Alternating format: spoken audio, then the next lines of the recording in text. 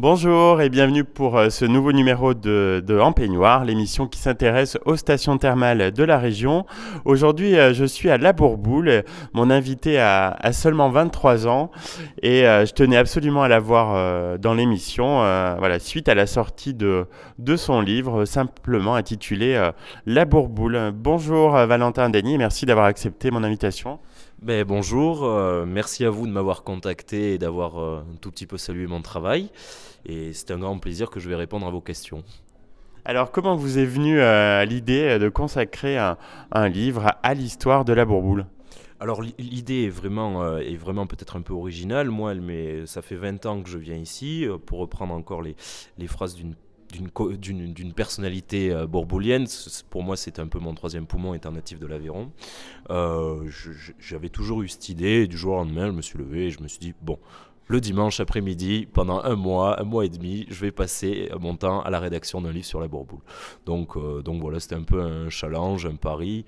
Je suis initialement un jeune entrepreneur, donc on va dire que j'aime un peu les défis. Donc voilà, encore plus pour quelque chose qui me tient à cœur. Donc, un lien affectif très fort, donc une venue à la Bourboule pour des vacances.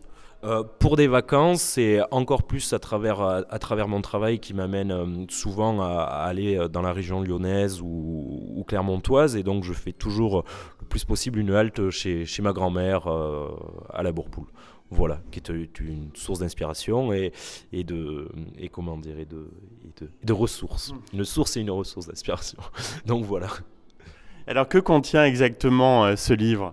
Alors ce livre, en fait, il débute par l'histoire de la Bourboule, donc qui est récente et moderne, comme j'ai pu le dire, qui se suit ensuite par l'architecture vraiment très, très, très spéciale et très sympa de la Bourboule, dont je détaille un peu les plus beaux édifices, du moins les plus connus par les Bourbouliens et les touristes. Et je m'arrête à la fin sur un guide touristique au départ de la Bourboule, sans être le guide touristique un peu pompeux où on va vous expliquer de prendre tel ou tel chemin. Ici, c'est à pied au départ de la Bourboule. Vous avez différents itinéraires que personnellement je trouve très sympas, à pied ou en voiture, voilà, au départ de la Bourboule, sans être quelque chose de très redondant, donc très simple. Il y a de très belles photographies, elles sont de vous? Oui, oui, bien sûr, elles sont toutes de moi, les photos. Elles sont toutes de moi, donc je n'aurai pas de problème de droit d'auteur pour ça. C'est des photos qui ont été prises sur 2 ans, au début sur une finalité personnelle, comme le livre en soi, que j'ai ensuite interposé sur mon livre, quoi. Voilà. Et vous vous êtes documenté à partir d'archives pour l'histoire de la station? Tout à fait, exactement. Je me suis référencé sur des archives donc disponibles tout simplement en médiathèque, après des achats chez des différents libraires, un peu internet, mais avec précaution et distance, parce qu'on peut trouver beaucoup de choses, et des choses qui m'ont fait énormément rire d'ailleurs, comme d'autres Bourbouliens qui connaissent leur histoire. Donc voilà, c'était un travail de recherche de fond, j'espère et je pense de qualité, euh, pour faire rayonner encore plus cette belle cité thermale de la Bourboule. Vous ne manquez pas dans ce livre aussi d'évoquer tous les personnages illustres qui ont fréquenté la station? En effet, que ce soit le roi Farouk, entre autres, la princesse de Roumanie à l'époque, je parle aussi, sans faire de politique, du président Valéry Giscard d'Estaing qui était venu inaugurer, excusez-moi, le téléphérique de la Bourboule. Donc voilà, hein, entre autres, je laisserai découvrir à mes prochains lecteurs d'autres grands noms qui sont venus à la Bourboule ou qui sont de la Bourboule peut-être. Voilà. Comment a réagi votre famille à ce projet? Ah ben ça a plu, ça a énormément plu. Après ma famille me connaît et encore une fois c'est que je suis quelqu'un qui me lance beaucoup de défis. Donc un livre à 23 ans c'était marrant quoi. C'est sympa comme expérience. Donc ça a été assez bien reçu par ma famille. On va dire que je les ai pas trop dérangés par rapport à ça. Donc normalement je Ils crois sont pas que ça fiers. les a gênés. J'espère, je sais, ils me l'ont pas dit, mais j'espère qu'ils le sont, oui, même si c'est pas le but Mm. initial, mais j'espère qu'ils le sont, ils doivent certainement l'être, en effet.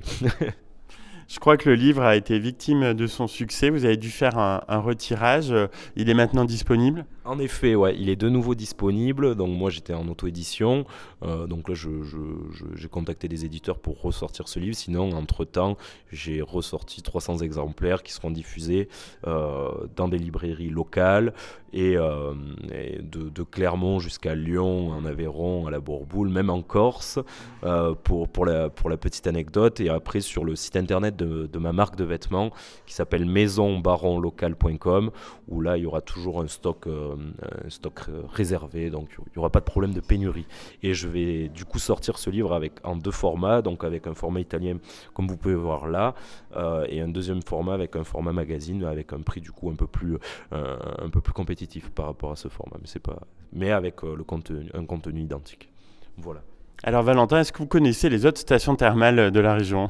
Je peux peut-être rester chauvin, peut-être pas faire la publicité de ces autres stations thermales. Non, j'en connais. Je connais bien sûr le Mont d'Or, Vichy, Chaudzègue, Roya.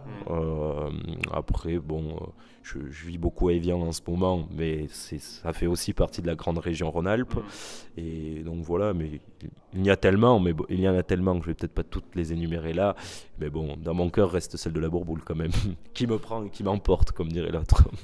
On le sent, on le voit. Alors j'ai une dernière question rituelle de l'émission. Donc quand vous êtes-vous retrouvé en peignoir la dernière fois?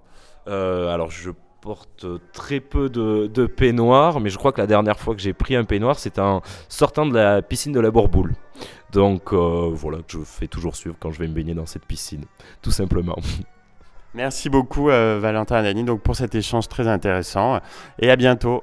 Merci, à bientôt pour j'espère de nouveaux événements que j'arriverai à créer pour la ville de la Bourboule et le département du Puy-de-Dôme. Merci.